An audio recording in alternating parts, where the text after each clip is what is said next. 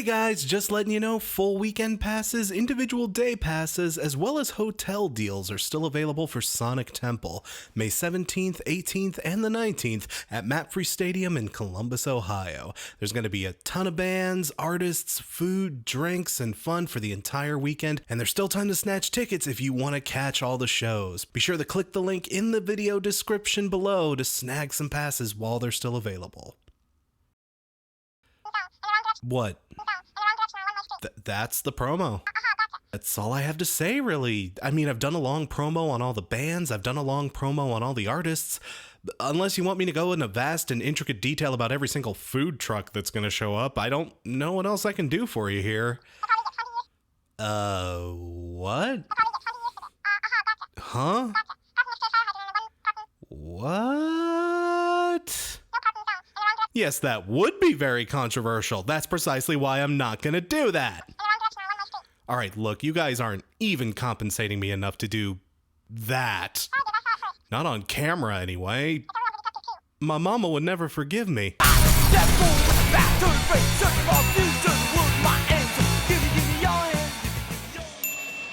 Oh, damned things. Hell yes. The best argument ever as to why Fall Out Boy should just fucking break up already.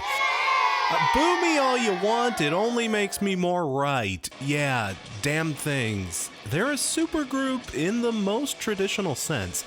A bunch of big rock star buds coming together to just jam the fuck out and have a lot of fun. And this supergroup in particular is no slouch in the super department, let me tell ya.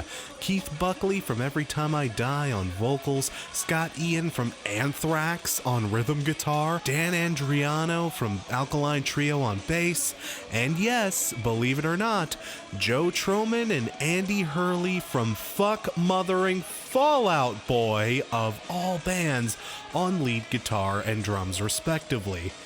Knowing these guys were going to be releasing another album was kind of the only silver lining that got me through fucking Mania, and like I said on my reviews of that album last year, I really wish they didn't have to stick around in that horrible, shambling, walking zombie of a band that somehow still draws so much profit, because this album is proof that they could be doing so much more. And if it isn't already crystal clear at this point, let me just flat out say it. Yeah, this new Damned Things album absolutely fucking rules. Thick, meaty, hairy-chested modern rock that has no shortage of riffs, hooks, beatdowns, and infectious grooves and melodies. This album goes so damn hard and wrecks things so savagely that you honestly forget that, yeah, this band is 40% Fall Out Boy. And I hate to keep bringing that point up, I really do. I mean, there are several other guys on this album also bringing the heat. Make no mistake, Andriano's bass lines are thick and very chunky, way more punching and traditionally aggro than the high-speed kickers he usually pumps out for Alkaline Trio. Keith Buckley's voice is pleasant and shouty all throughout. He's a very talented rock singer and an absolutely brilliant guy for the job on this project. And Scott Ian?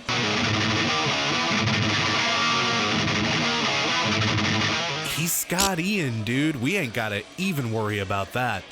But one of the reasons I really do like the Damned Thing so much, believe it or not, is specifically because of what Troman and Hurley contribute to the group. Say whatever you want to about what they do in Fall Out Boy, but believe it or not, yeah, these guys really are goddamn talented musicians.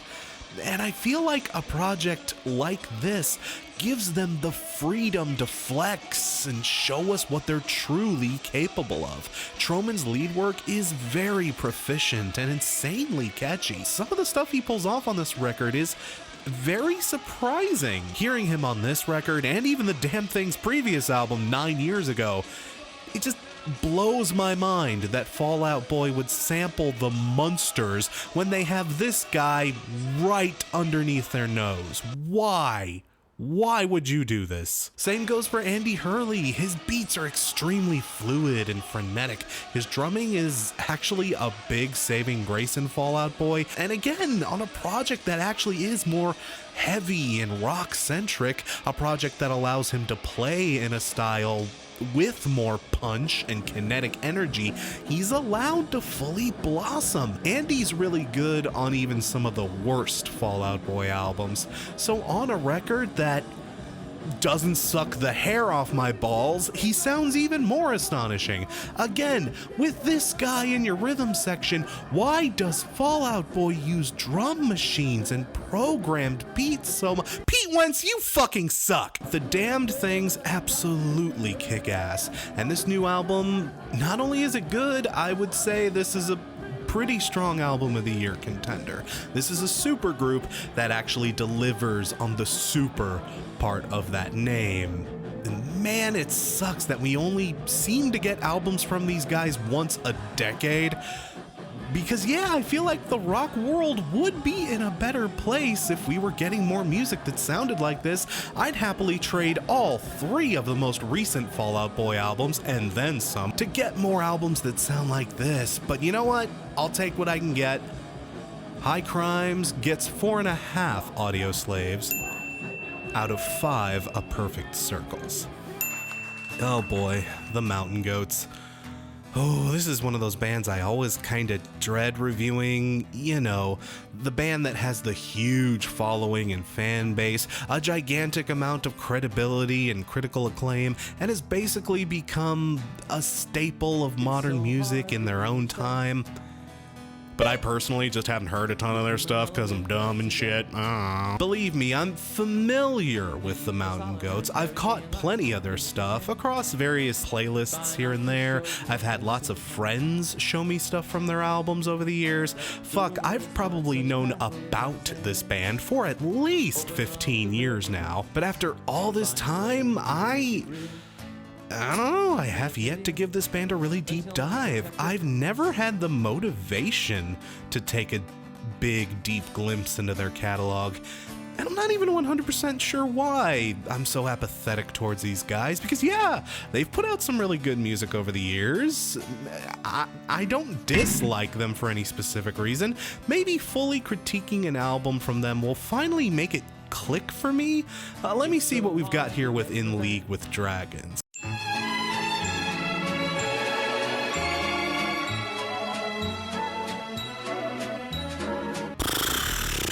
Okay, I think I get it now. This band just isn't for me. I'm sorry, people. Though, don't let that infer that I think this is a bad album, because I don't. It's not a bad album. I just don't like it that much. It's really a case of not my thing-itis. You're still gonna chew my ass out for not praising Senpai, aren't you? Look, I don't dislike these guys on principle. There's a lot about this band, and even this album specifically, I have a lot of respect for. Nobody can deny that John Darnielle isn't a fantastic musician. He's an excellent pianist, and he certainly knows how to create this folksy, mellow, relaxed style of indie music. And while I do have some issues with his lyrical style, on an individual track-by-track basis, he's great at writing stories that do feel compelling and interesting. He's not awful at grabbing your attention. It really is good stuff if you have an ear for this specific kind of indie rock. But I kinda don't have an ear for this kind of rock. I'm just not into this. There's a lot about this record that just turns me away from it. Even though I do really genuinely want to like this album, it doesn't meet me halfway in a lot of places. For one, the concept, or what little of it there actually is. This album was marketed, at least, as being a concept record centered around Dungeons and Dragons. Pretty cool concepts. Probably only half the album even mentions the D&D thing, though. Instead, the focus bounces all over the place to stuff like film noir, more traditional folky themes. There's even a song about Doc Gooden on here. for some reason. Okay, if your D&D campaign starts featuring obscure Mets pitchers that aren't Doc Ellis, you need to find yourself a new DM, is all I'm saying. The lack of focus in the theme of this album really makes it feel kinda jarring, schizophrenic, and disjointed. But then again, I've heard from other people that are more into this band that that's just something they do. They really don't commit that harshly to concepts that they draw up.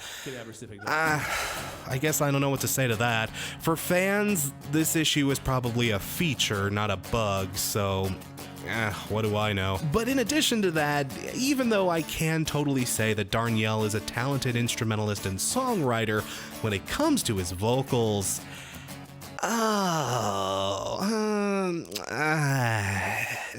he has what I like to call safe white boy voice. You know, Death Cab for Cutie, Sufjan Stevens. This is the sound of settling. That kinda pillowy soft, but excruciatingly bland and featureless vocal style that almost sounds like he's reading an audiobook for NPR on covered bridges, then you know, singing. It's a style. I know it's intentional. He means to sing like that. But I just don't really care for this kind of vocal performance. It just makes your boy here sound kind of like the guy who orders white wine at a dive bar. Maybe I just prefer this coming out of Ben Folds. I don't know, it's just not my thing. While there is a lot to respect about this band, believe me, I respect the pants off of this group, it just doesn't, entertain me much. I just don't feel like this is a band for me. It's a lot like Sekiro, of all things. I know Sekiro is a good game. I've been playing it for weeks. I know deep down at its core that everything about it works and is effective. But God help me, no matter how many times I try to play it, I just can't get into it. I'm not a fan, and there isn't anything on this record that made me want to become a fan.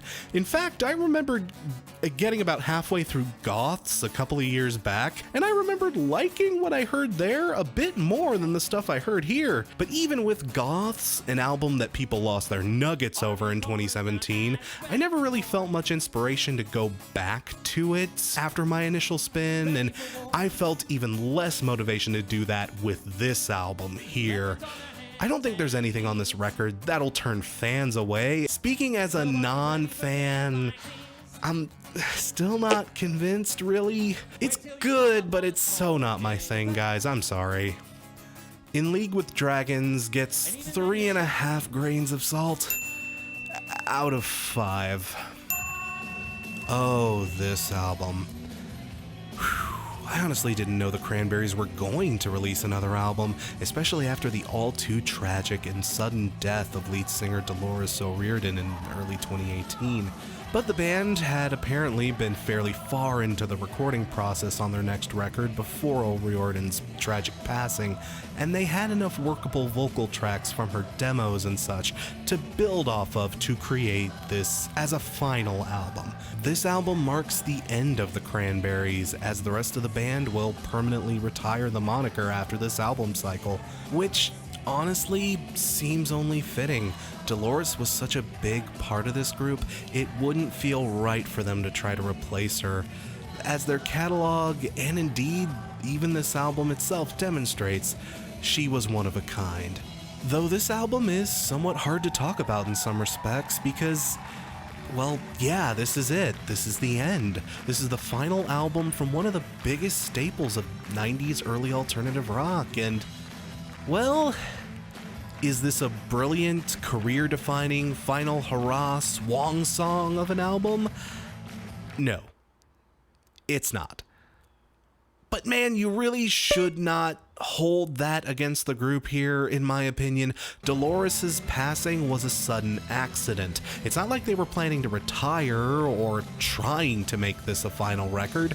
They just had to make the best of a very bad situation. The worst thing I can say up front about this album is that it does just kind of sound like another Cranberries album, particularly that late period Cranberries. Like, the Cranberries were a different kind of alt-rock. They were part of a more subtle, a more nuanced, coffee shop, chill kind of alt-rock scene. They were very adult contemporary. They had kind of settled into a much more mellow, kind of easy listening alternative vibe. Like, people picking this up expecting to hear stuff like Zombie might honestly be a teensy bit disappointed. The band had moved pretty far away from that direction in the years passing. At this stage in their career, they were writing a lot of simpler, slower, more casual and thoughtful melodies. So again, if all you've heard is like a handful of their most popular tracks, this might come off as a little dozy and a little sleepy, but you know, hell, even then, these guys always had a knack for that, even in their younger days. It's a style that sounds very good on them. Dolores' voice was just so perfectly suited for this kind of music. She's got a deep, smoky, and sultry kind of delivery that did not dim with age, and she was absolutely brilliant at writing all these wistful, longing, heartbroken lyrics that fit her vocal style absolutely perfectly. And on this record, she does do a good job, though there is a bit of roughness to her delivery here.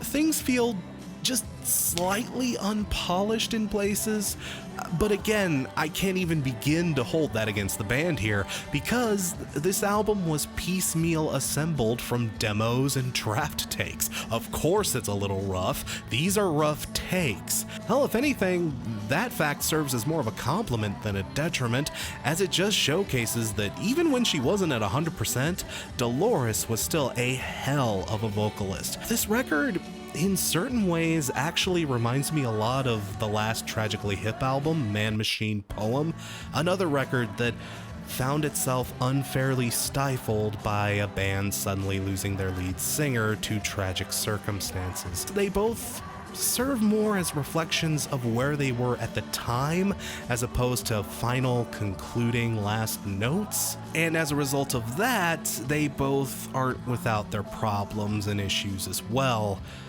But you just never know when tragedies like this will strike. It just makes albums like these all that much more poignant, you know? Is this an amazing Cranberries album?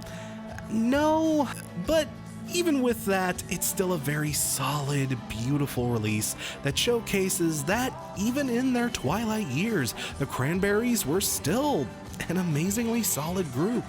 It's a shame it has to end here, but you know what? It was a hell of a ride, and I'm glad we all got to take it. Rest in peace, Cranberries. In the end, gets 4 closed chapters out of 5. Super special thanks to Color All Around and Mo Mud.